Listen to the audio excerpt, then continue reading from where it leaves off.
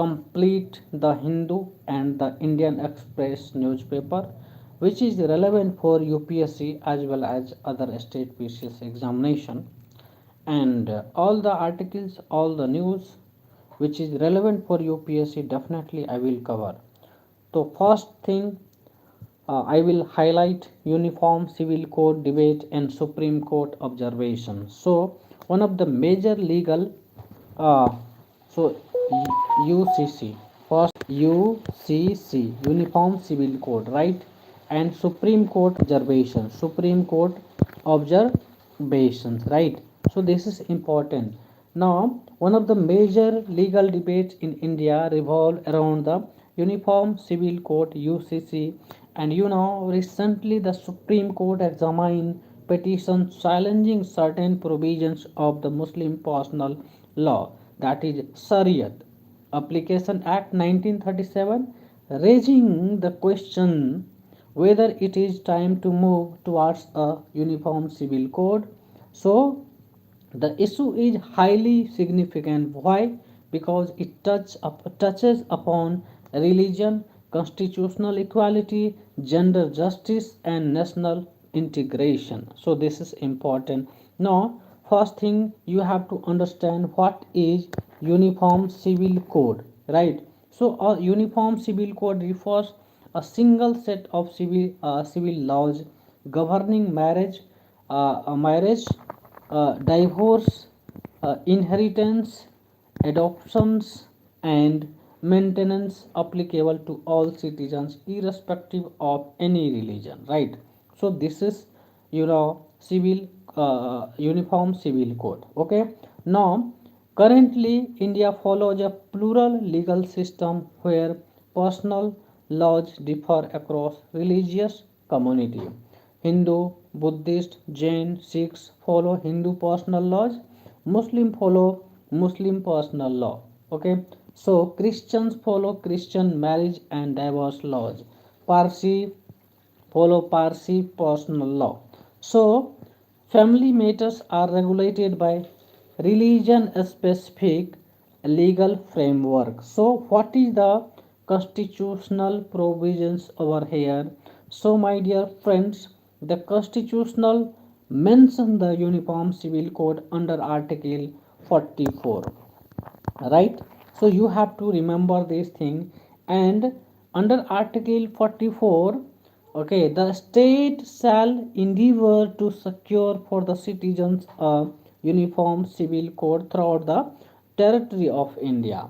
However, Article 44 is a part of directive principle of state policy, that is called DPSP, which are non-justiciable, right?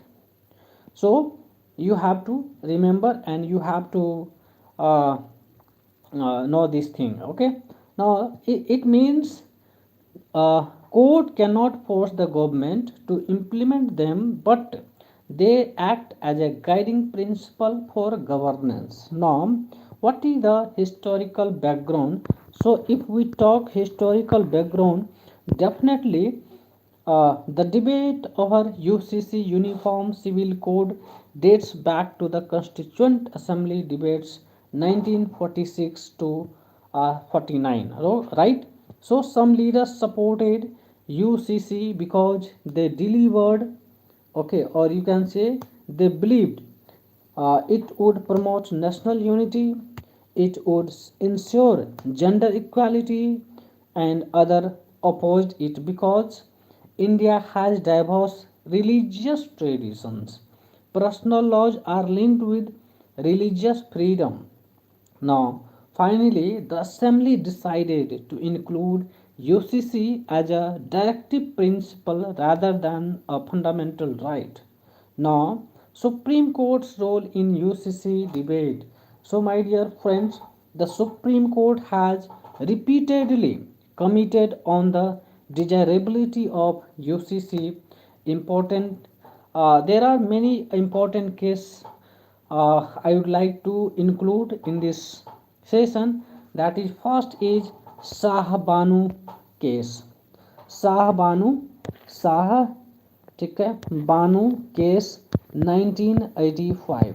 So, according to Sahwanu case 1985, the court granted maintenance rights to divorced Muslim women under criminal law provisions. Right? The judgment sparked nationwide debate and eventually led to the Muslim Women Protections of Right on Divorce Act 1986. Right? So this is important. Now, second case is Sarla Mudgal case 1995. Sarla Mudgal case 1995. So according to this case, the court observed uniform civil code would help in national integration. Right. Second, third thing, that is Saira Banu case 2007. Saira Banu case 2017. Right. So according to this, the Supreme Court declared instant triple talaq unconstitutional. Why? Because it marking an important steps towards gender justice in personal laws. Okay, so this is important. Now, what is the argument in favor of a uniform civil code? So first thing is gender justice, right? So gender justice means many personal laws discriminate against women. For example, unequal inheritance rights, polygamy in certain community, divorce provisions favoring men. Now, my dear friends, UCC Uniform Civil Code would create equal rights for women across religions. Now, second thing, equality before law. So, according to Article 14, it guarantees equality before law. So, it supports, or you can say, supporters argue that different personal laws violate this principle. Okay. So, third thing, national integration. So, a common civil code would a common civil code could strengthen the sense of shared citizenship. Fourth thing, simplification of laws. So currently, India has multiple legal frameworks for family matters, and you know, uniform civil code could simplify legal administration. Now, what is the argument against uniform civil code? So, according to this, religion freedom. Okay, so whoever are against in this code, definitely they are saying religious freedom should be there. According to Article 25, it guarantees freedom of religion. Opponents fear UCC Uniform Civil Code may interfere with the religious practice. Second thing, cultural diversity. India is a pluralistic society with the diverse traditions. Many beliefs, personal laws are part of community identity. Third thing, political sensitivity. So, reforming personal laws often generates social and political controversy. No, the Goa model. If we talk the Goa model, right? So according to this model, okay. So according to this model, the supporters of UCC Uniform Civil Code often cite Goa's Civil Code, which applies uniform across religion. However, even Goa's code has certain community specific exceptions. So, how it is useful for UPSC, or how it is relevant for UPSC? Definitely, for prelims perspective, Article 44 is most important content, right? And DPSP, fundamental rights, all these topics are important for UPSC prelims as well as men's perspective. So if we talk men's, definitely possible questions may be asked. Uniform civil code remains one of the most debatable reforms in India's constitutional framework. Discuss, right? So this is important. You have to write. If you want, definitely you can write the answer on uniform civil code remains one of the most debated reforms in India's constitutional framework. Discuss. Second topic I would like to highlight, that is the passive euthanasia and right to die with dignity. Passive euthanasia, ठीक and right to die, right to die with dignity, with dignity, right? So understand this thing, my dear friends. What is the context over here? A major legal case before the Supreme Court concerns a father seeking passive euthanasia for his son who has been in a coma for more than a decade, right? So, this case raises ethical questions about the right to die with dignity. What is the euthanasia? So, euthanasia refers to ending a person's life in intentionally to relieve suffering.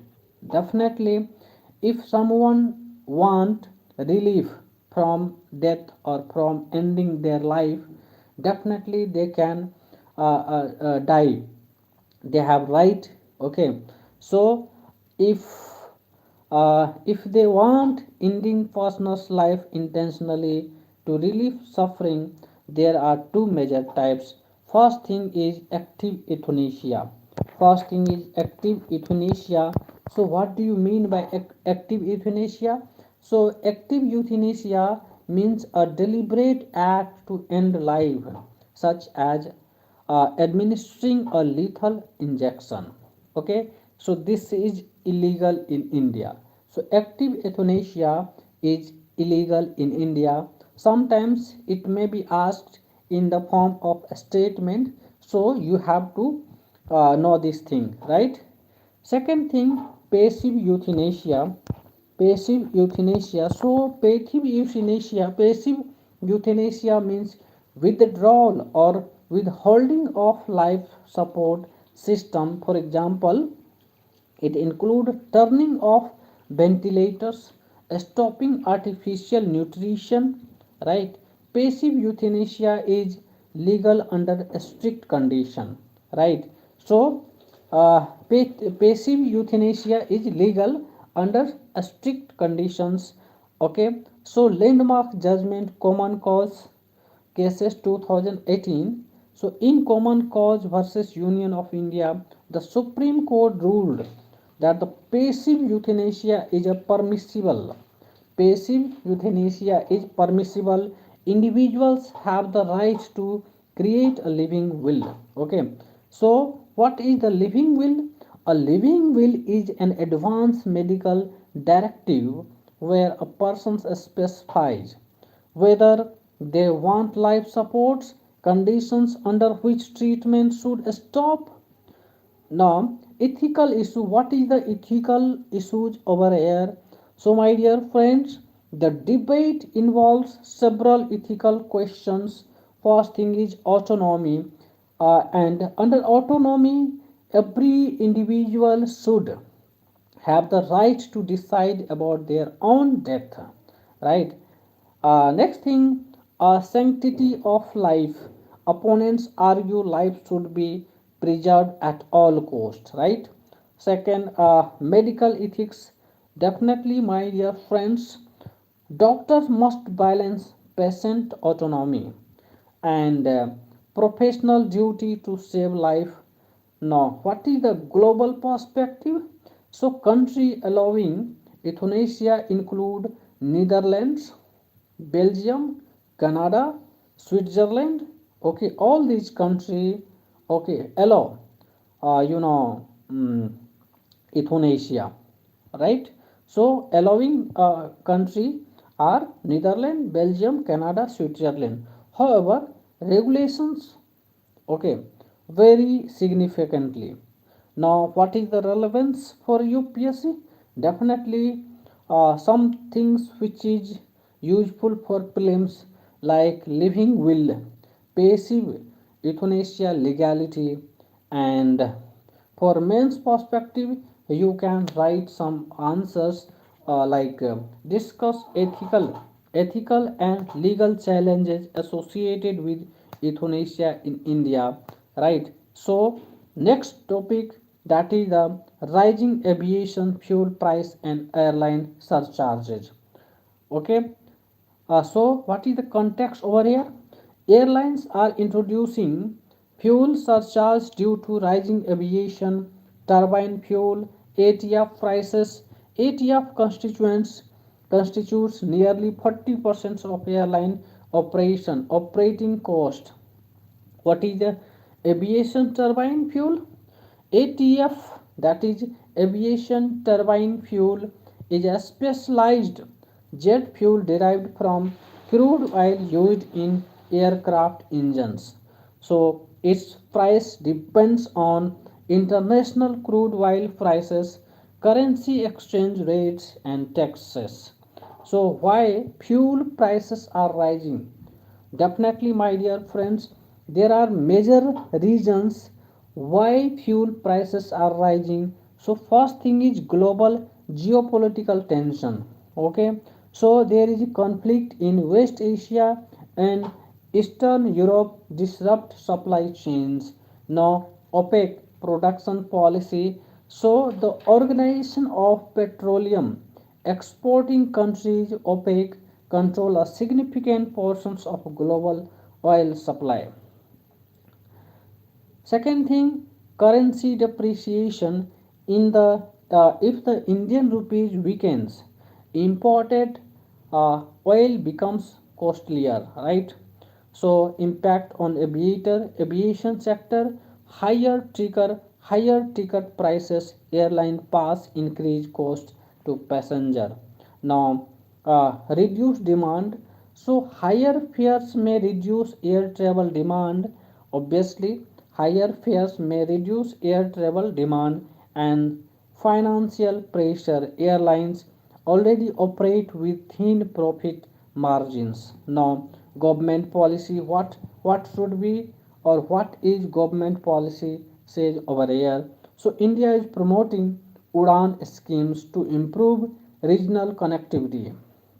Okay, now development of new airports, aviation infrastructure expansion. Okay, so it is a relevance for UPSC, है ना? तो ये चीज़ है ATF definition, you have to remember this thing. OPEC, and for mains perspective you can write, how do fluctuation in global oil prices affect the Indian economy? Definitely it will affect the Indian economy. So next topic I would like to highlight West Asia geopolitical development, a strategic importance of for India. West Asia, Middle East is extremely important for India due to energy import, trade, Indian diaspora, maritime routes, energy security. So India imports about 85% of its crude oil. A large share comes from West Asian countries such as Saudi Arabia, Iraq, UAE, Kuwait. Right? Indian diaspora, nearly 9 million Indians live in the Gulf regions. They send large amounts of remittance to India. Trade relations. West Asia is a major trading partner. Important sectors include energy, infrastructure, defense cooperation, strategic corridors. Projects like the India Middle East Europe Economic Corridor IMEC aim to improve connectivity. Okay, so this is important. Now thing you have to remember, that is it will be useful for GS paper 2, India's relation with West Asia. GS paper 3, energy security and heat waves and climate change. Context, what is the context over here? So India is witnessing early heat wave conditions in several regions. So heat waves are becoming more frequent due to climate change. Okay, what is heat wave? According to the Indian Meteorological Department, IMD, Indian Meteorological Department, heat waves occur when temperature reaches 40 degree or higher in plains and remains significantly above normal. So, what is the causes? Climate change, global warming, increased average temperature. Now, urban heat islands effect. Cities retain more heat due to concrete structures, deforestation, loss of vegetation, increased land temperature, impact health. Heat waves cause heat stroke. There are dehydration, increased mortality. Okay, so all these are uh, causes due to heat waves, right? Heat stroke, dehydration, increased mortality. Now, agriculture. High temperature damage crops and reduce yields. Energy demands. Electricity demands increase due to cooling needs, right? Electricity energy demands. Now, government initiatives. Definitely, my dear friends, India has launched heat action plans in many cities. These includes early warning systems, public awareness campaigns, cooling shelters, right? Now, how it is relevant for UPSC? Definitely under GS paper 3, climate change and disaster management. So under this topic you can cover this. Now next topic, food safety and regulation in India. So here context is food safety. So my dear friends, and regulation, right? So authority recently destroyed large quantity of expired food products, highlighting concerns about food safety enforcement, right? So, Food Safety Authority, FSA, right? FSA, Food Safety Authority, India's India's food safety system is regulated by the Food Safety and Standards Authority of India, FSI, right? So you have to remember FSI. FSI means food safety, right? Food Safety Standard Authority of India. So Food Safety and Standard Act 2006, according to this act, consolidated multiple laws related to food safety.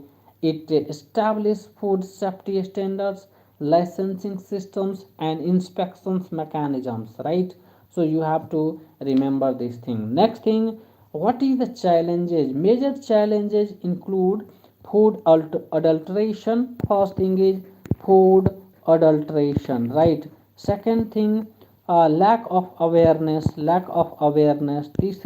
Third thing is weak enforcement in some regions. So these are the things which are challenges. Okay, now government initiatives. So programs such as Eat Right India aim to improve food safety standards. Okay, now it is relevance for UPSC, like FSI and oftenly asked in the examination, Food Safety Act 2006, or many more acts. Okay, now 4 day work week debate. Okay, 4 day work debate. So 4 day work debate. So global trend, several countries are experimenting with 4 day work week. Okay, so this idea, or you can say the idea, is to reduce working days while maintaining productivity. Okay, so this is what is benefit. So if we talk about benefit, the better work life balance. So this is important. Employees get more time for family and personal development, higher productivity. And students, or you can say according to a study, uh, it shows shorter work weeks can increase productivity. Now, third thing, environmental benefits. My dear friends, less commuting, reduce carbon emission. less commuting, reduce carbon emission. Now, instead of this, there are many challenges also. Some industry requires continuous operations, and implementation may differ across sectors, right? So this is important, and how it is useful for UPSC and how it is relevant for UPSC examination. Definitely, my dear friend, it is covered under GS paper 3. Okay, so under GS paper 3 topic future of work and labor reforms. So under this future of work and labor reforms, you can cover it. Now, next topic, education and skill development. Education and skill development. ठीक है, ये topic भी important है. So policy discussions emphasize linking education with economy, productivity and skill development. Obviously, in education it must be include economic productivity and skill development. So how we can promote, or we can say how we can enhance economic productivity and how we can work on a skill development, it must be included in education, right? So this is important.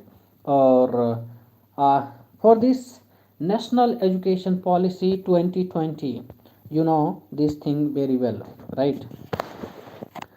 NEP, NEP, that is National Education Policy 2020. So according to this, new education policy aims to transform the education system, and here some features are there. Multidisciplinary learning.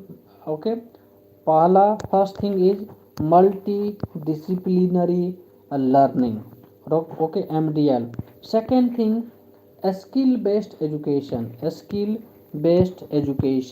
And third thing, the must be flexibility in curriculum. Flexibility in curriculum. Is it clear? ठीक है, तो ये चीज़ें जो है इसके अंदर features होनी चाहिए. मल्टी डिसिप्लिनरी लर्निंग होनी चाहिए, स्किल बेस्ड एजुकेशन होनी चाहिए, और करिकुलम में जो है फ्लेक्सिबिलिटी होनी चाहिए. अब यहाँ पर जो है आप देखेंगे स्किल गैप इन इंडिया. ठीक है, क्या है? स्किल गैप देखने को मिलेगा. Despite large population, many industry faces a shortage of skilled workers. Why? Because education and a skill, there is a large gap. Okay, so in many colleges, many schools, there is no skill based learning program. Okay, so this is the reason after passing graduation, after passing 12th class, they have no skill. Okay, that's why they are unable to work in industry, they are unable to pay, earn money, right? So now there are some government initiatives over here. First thing, what is the important schemes included? So first thing is skill india mission. Okay, second thing, प्रधानमंत्री कौशल विकास योजना. प्रधानमंत्री कौशल विकास योजना, right? So this is you know schemes. Okay, that, or you can say government initiatives. Now how it is relevant for UPSC? Definitely education policy and governance are the important topics in UPSC, and you can cover this thing in this topic, right? So I would like to conclude the development reported in national newspaper on for today, and there are many highlights, or you can say critical themes which is relevant for UPSC preparation. Definitely there are some constitutional debates such as uniform civil codes, ethical issue like euthanasia, right to die with dignity, economic concerns including fuel price and aviation sector challenges, strategic issues involving West Asia and energy security, right? So all these things are important. Next thing is environmental challenges such as heat waves and climate change, governance matters including food safety regulation, global labor trends like the 4-day work week, structural reforms in education and skill development, right? So together, all these topics reflect the complex interactions between law, society, economy, and global policy that shapes modern governance in India. So, my dear friends, for UPSC aspirant, understanding of these topics of these issues requires not only knowing the news but also linking it with constitutional provisions, policy framework, and broader socio-economic implications. So, my dear friends, all these things you have to keep in your mind, and then you have to prepare for UPSC examination. Right. So, this is important. Okay. So, I think this is suffice for today, and